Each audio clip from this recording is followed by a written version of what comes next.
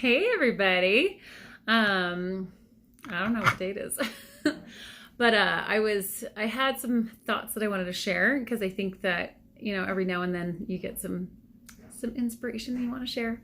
So I was talking in the live about like triggers and stuff, right? So when we get these triggers, sometimes we look at them as like, oh, this is so bad, right? This is so bad. I hate feeling this way. I don't want to feel this way, right? And I had that kind of experience, and I've kind of trained and taught myself to look at these triggers in a different way. And so I was at my yoga class because I love hot yoga, and one of my yoga buddies, right, that I see all the time, she'd had her baby, it had been 4 weeks, and so she shows me her cute baby, and she like unwraps her, from the blanket, and she's literally wearing one of the outfits that Maisie was wearing like pretty soon before she passed. And so it was just like, big old like, breath taker. And I didn't think about it at the time, right? In fact, it's so funny. It's actually this outfit right here. And unfortunately, it's like been mauled by my cat, but it's this little like yellow outfit with a little pink thing, a little pink giraffe in the middle. And someone made us all of these little dolls, and it looked a lot better. But our cat got to it. Anyway, someone had made us all these dolls. But that's besides the point. The point was that, of all the outfits in all the world at all the times on all of the babies, this baby was wearing one of Maisie's outfits that she wore, right? And so I got home and I was super triggered, and I kind of like went off on my kids, but the house being messy, and I felt myself getting welled up, and I was like, oh, this isn't about the house. So I excused myself. I ran upstairs real quick, like mid making my shake and stuff, and just cried, just dropped to the floor and ugly cried, and my daughter could hear me because I was right next to her room, right? And so as I'm crying and just like letting myself feel all of these emotions of pain and suffering and loss and just grief and just missing her terribly. I miss her every single day, you guys. I might not mention it every single day, but it's kind of a given, right? Like you lose a child, you're going to think of them every single day. And there's good and bad that goes with that. And really you can't even label it that because it's all can be good. So anyway, I cried out. I let the emotions just flow through me, because that's an important piece of it. I've realized is you have to let the emotions of whatever's coming up move through, right? Because if you try to stop them, what happens is they still get trapped in your body, and you don't want that there. You don't want to have them stuck. So I'm crying, and then I gotta go to my kids. Hey, I'm really sorry. This is what happened. This is what triggered me. I'm just really missing Maisie right now, and making it okay for them when they have those feelings that they can bring them up, that it's not weird or awkward or anything like that.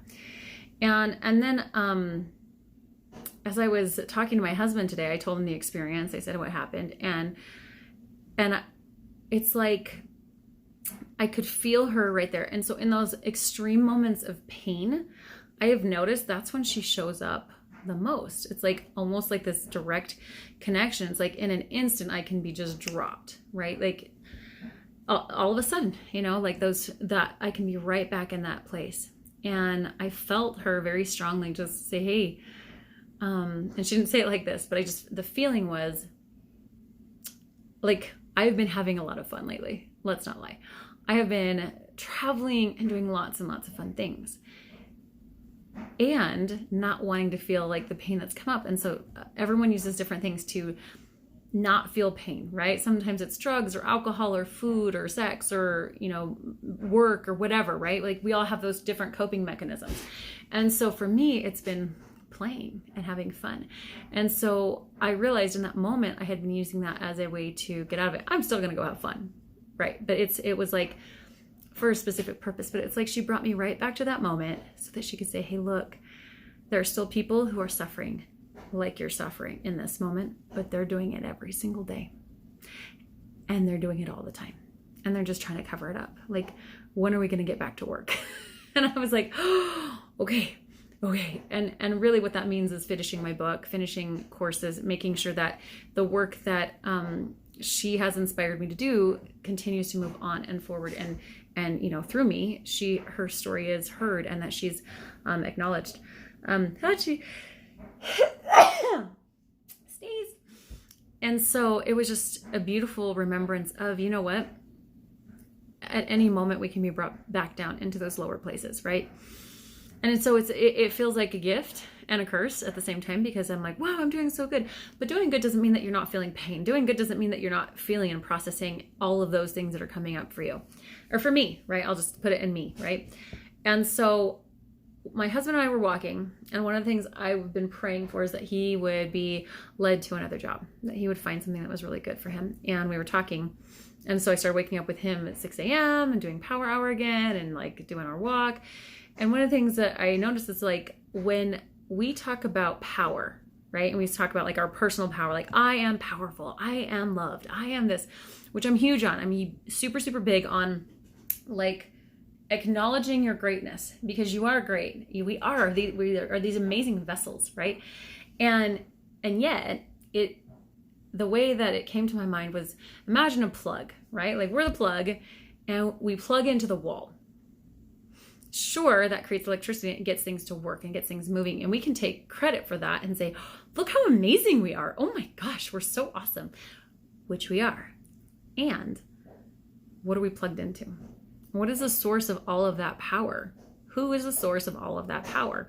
And so I just wanted to share that thought of, you know, that source of power comes from God. And then we plug into that, and then we are able to serve and heal and bless other people. Same thing with all these tools I teach, right? Like it's not the end all be all. God is the end all be all, and all healing comes from him through different ways, right?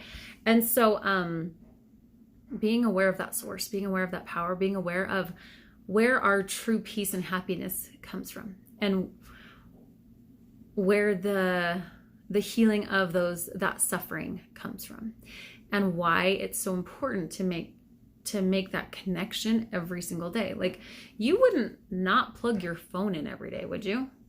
It wouldn't work, right? And yet we expect ourselves to work on these batteries that are on 1% every single day. And we're barely plugging in. We're barely plugging into the source of all goodness and all, you know, power. And we're missing out by doing that. And so that was just like a little thought that came to me today as I was thinking about, well, why did that happen? Why was I so triggered? And I think one of the things is to look at all of those triggers as a gift, because one, it connects me to her. Even though I'm connected to her in other ways, sometimes we get really connected by pain, you guys, don't you think? And then when we're connected to that pain, we can choose to dig ourselves a hole and bury it or ignore it, or we can go to the source of all healing, right? We can go to the source of power, which is God, and get the help and the surrender that is needed in order to move through these really, you know, everyone has their different struggles. Whether or not you've lost somebody, it puts you in a place of realizing you really only have a circle of control, right? And there are certain things that you just don't, period. Like, even when, you know, I know a couple of friends had told me like afterwards, and they didn't mean to, they didn't knowingly say this, but they'd say like, well, all you can do is keep your kids alive, right? And I was like, no, you can't even do that, because if they're gonna go, they're gonna go, you know, and you only really have control over a very finite experience. Now you can control how you feel about things, you can control how you respond, you can control what you make it mean, right? I could make it mean God hates me and that he's not there and he doesn't love me, right? And I did make it mean that for a little bit, but I knew that wasn't true because it didn't feel good, right? So where does the source of the power come from? And acknowledge your own greatness for sure, but acknowledge the source of that greatness. Acknowledge, you know, his hand in all things. And then, you know, we get to have that strength and stuff. And I don't want to sound preachy, so I'm just going to bring it back on me. When I want to feel powerful, when I want to feel loved, when I want to feel that greatness and goodness inside of me, that's when I go and I turn to pray, and I plug in and I make sure that I'm connected to the source of all power. Right? So when those hard things do come, which of course they will for all of us, and maybe you're in one right now, that's what's helped me. So again, sorry to say you, but I'm just going to say me. And I hope you guys have a great day. Oh, shoot. I was going to say, if you live in the Lincoln area in Utah. My friend Katie and I were doing an 8-week course on principles and powerful exercises. And it's going to be September 18th to November 14th, 11 a.m. to 1 p.m. It's only $99. And that's live in person. We're not doing Zoom options unless we get enough interest, I think. But for right now, if you live close by and you want to be included in that, let me know, and I will talk to y'all later.